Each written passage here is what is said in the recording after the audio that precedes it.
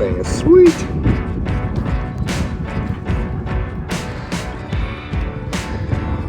Probably could have lined it up a little better for myself, but you know, yeah. Should be able to just step right here. Still learning. Ah. All right, we made it. Onward and outward. All right, well, spot lock and self-deploy work like a charm. Just launched the boat really quick, and then I literally just anchored her in the middle of the water. Didn't have to tie up to the dock or anything, so on those busy days, I won't even have to worry about it. So right now, I can try to do this. I can literally just hit stow. Don't have to touch it. And now I can go turn the main motor on, just like that. Freaking sweet. Just launched the boat, got the trolling motor up, turned the power on, trying to turn the motor on.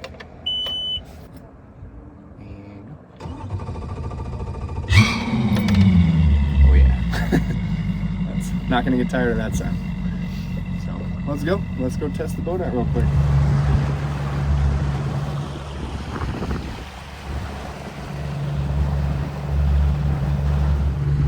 All right, let's let her rip a little bit.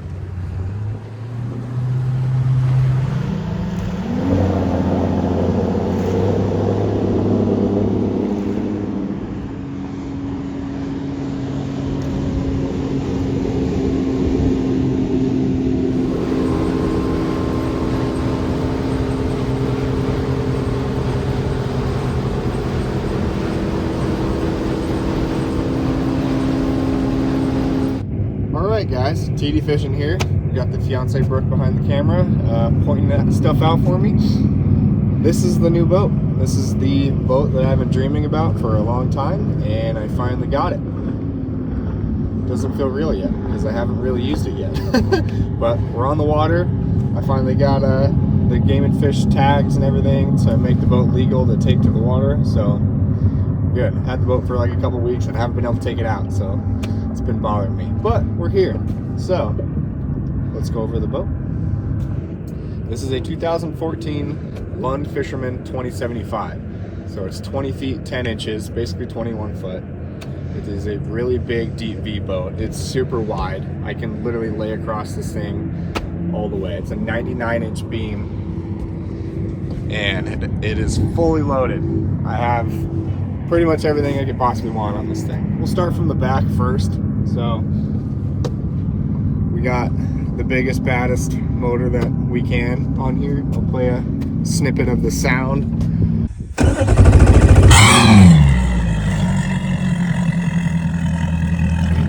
And next to it is the 9.9 kicker. So that would be good for saltwater. I plan to use this boat pretty much everywhere freshwater, all over the whole US eventually. Planning on having this boat probably for most of my life. So it is an investment, but it should last literally my whole life pretty much, as long as I take care of it. I do want to try to take this out of San Diego a little bit for some saltwater, and also Puget Sound, stuff like that, for salmon. So I think we should have a lot of fun with that. Yeah, so the back has this little step area and 4 steps, so we can literally get in and out from the water super easily. That just folds down. It's actually one of the ways I get in when I'm actually on shore too, so I can get in the boat pretty easily with that. It's strong enough. I also have the wash down system. I'll try to turn that on. Let's see if you can see wash down. So I'll turn that on, see if it's hooked up or not. But not super strong yet, but this will be kind of fun to mess with people on the water. But yeah, that's so if you get blood and guts and stuff, or salt water, whatever, I can just spray the boat down. All of these lines and stuff, they lead into the hull, so I can literally just bilge it all out. Even if this boat fills up with water, it goes straight through. It's pretty nice. Yeah, and there's 5 vertical rod holders right here, which is really nice. I can put like the net or whatever back here as well. I got all my needed tools. I got pliers, scissors, fish grips, and then the like really deep pliers for deep hooks, stuff like that. So yeah, it's just really nice tool holder, rod holder setup. And I got the batteries are mounted back behind this thing right there. I got live well here. I don't think it's massive. I think it's 18 gallons. I took out the center divider because if I have carp and bigger bluegill and stuff like that, it'll be nice. But it's got dual aerators. It's got fresh water, and then this is an overflow and then drain. So I got pretty much everything I could want. It comes with this dipstick, which is really nice to just dip out bluegill or whatever. Or if I put minnows or shad in there. It's got the Lowrance HDS Live, the 9. So that'll be nice. It's it should be hooked to that. So it's one transducer, but two different displays depending on where you're looking. It'll be nice. It's got 2 cup holders. And then this is going to be really nice. So these are fold down seats and they're pretty comfy on both sides. So I got, this side has the battery switch for on and off, disconnect switch, and all of the fuses. All right, and then I have a bunch of these rod holders. So monster rod holders, but I have the Smackdown. Let's see if I can show that. Smackdown mounting, and that's so it goes in the slide track. And I literally have 8 of these things. So I got 2 in the back, both sides. Got one on that side, one on that side, and then 2 in the front. So that way, if I have a bunch of people out here, we got plenty of rod holder storage. Yeah, this boat also has 2 locking side doors. So on this one, I just have my net in here, and I got some of the heart like Bimini side pieces there that fit like literally in here, which is pretty nice. This one, I think I have 1 rod, and then the lights. I have a little measuring board down there.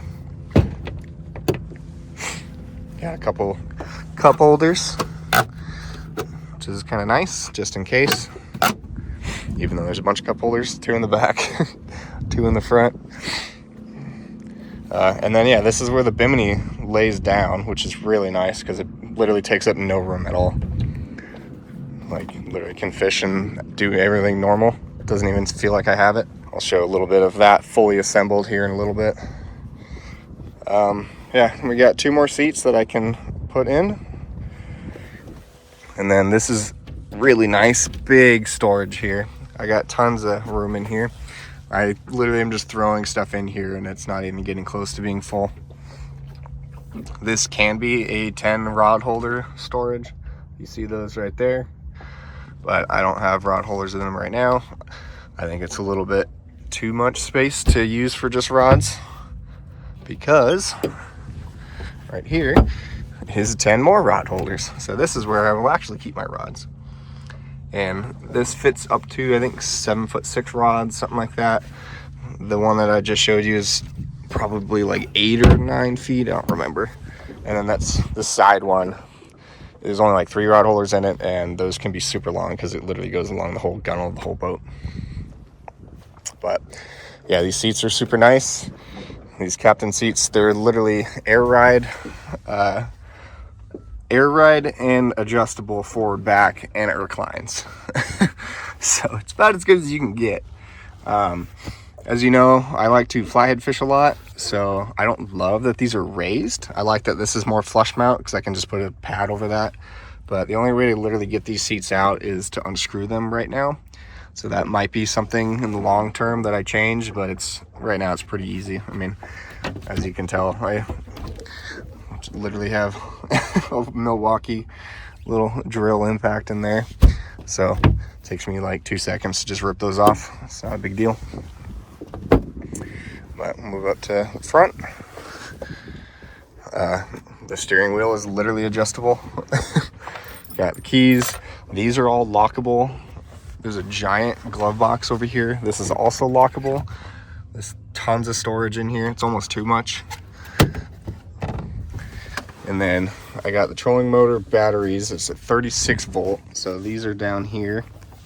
I got one there, and then I got the Nico Genius, the triple bank. So there's one here, and then there's two over there. There's not too much space in those, but it's totally fine. I will probably eventually change those to lithium, but it's not a big deal right now. But yeah, master power, we got ancillary lights, nav lights. Yeah, and then we got the live well. You can leave it on auto or do manual. Manual, it just keeps filling up, obviously. And then this is pretty nice. I think like every few minutes or whatever, it'll cycle more water in, and then it has that overflow, so you'll never like actually overfill it because it'll just drain out. So you're getting pretty much constant good water in. Got the bilge pump. This is lighting. We have a couple little lights in the back and the front that are kind of hidden, so it's kind of like under lighting like a car or whatever. And then this horn, it's pretty nice too. Nice little slot here for the phone or whatever. 12 volt power here. It's just a cigarette lighter for now. Yeah, this is the ignition for the 9.9. This side is for the main motor. And got the little Godzilla that my brother got me when he went to Japan. Because that's probably the name of the boat. It's probably Godzilla. Yeah, we got this Lowrance. This is the HDS 9 Live. There's a bunch of these pop down anchor points, so that's nice. Cup holder here. Here's the dash. Got fuel, tachometer, speedometer, and trim. And then yeah, this is a full walk-through windshield. So this closes all the way. You can lock it. It's in front and back. And I have an enclosure thing that'll go here, and I'll try to show a video of it fully sealed again, like I said. And this boat is massive in the back. There's a ton of room back here, as you can see, a huge open area to fish.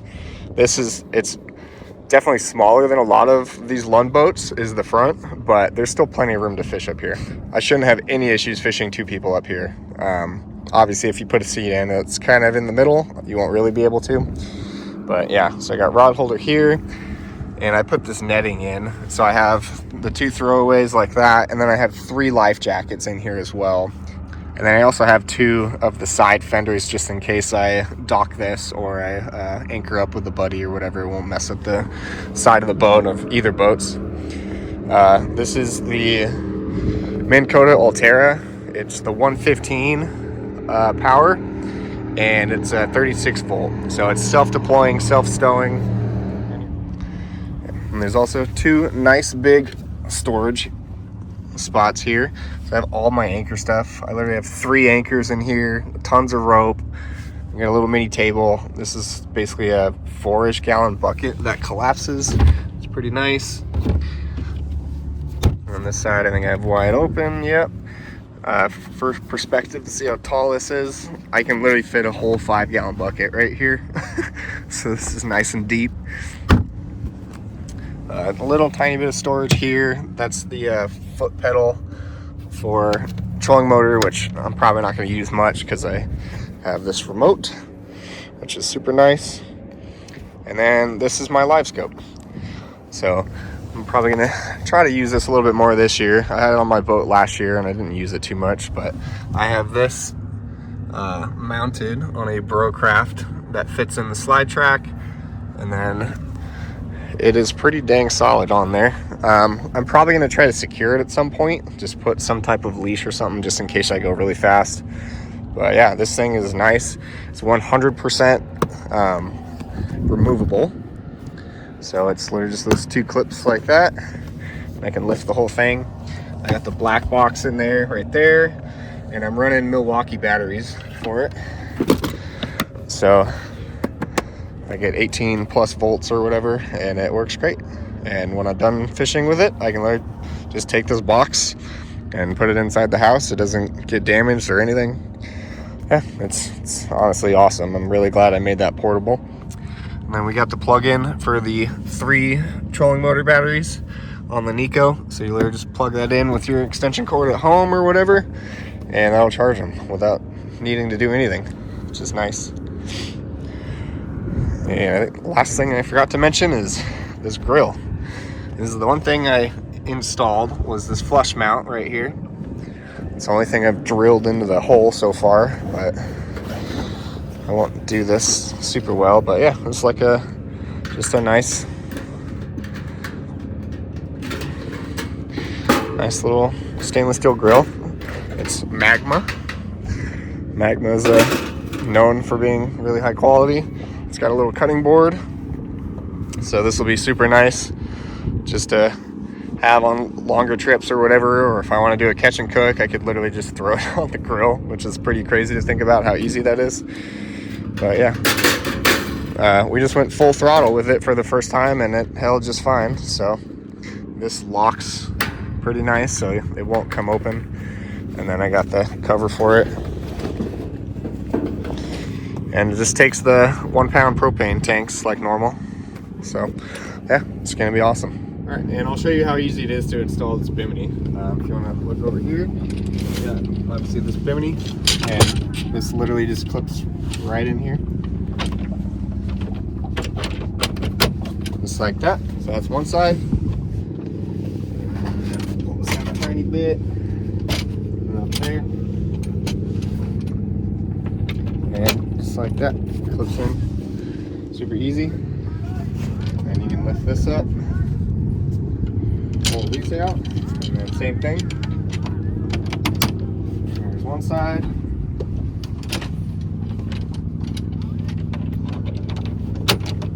And another side. And if you want to zoom in over here, get like underneath it a little bit. And just to disconnect, you literally just press this button right here and it comes right out. It takes like 2 seconds to go in and out. And it's super nice, firm click sound, so you know it's locked in there. And yeah, then you just undo it. All right, so we went ahead and just put up the full enclosure. We're 100% locked in here right now. We got the sides, got the whole back, which is a zip, so you can do this. These button to the floor in case it gets a little windy. But this is really nice. You can roll this up on both sides or just use it as a window. And you can come out here and fish. You can just grab your rod right here if you're fishing or whatever, and people inside are nice and warm still. And you can show the front. We have it all locked in as well. So this piece also goes up like this. And if you undo the buttons like so, you can just flip this up like that. Sunroof. Yep. And then I have this little passageway sealed up as well, but it makes it a nice little walkway. You can still come up through here and like disassemble it really fast, and you still have access to the front. So it's going to be super nice when it's windy and rainy, cold, anything like that. It'll be perfect. But yeah, that sums up the boat, I would have to say.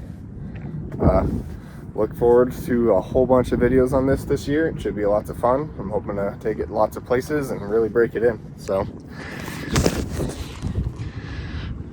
should be lots of fun.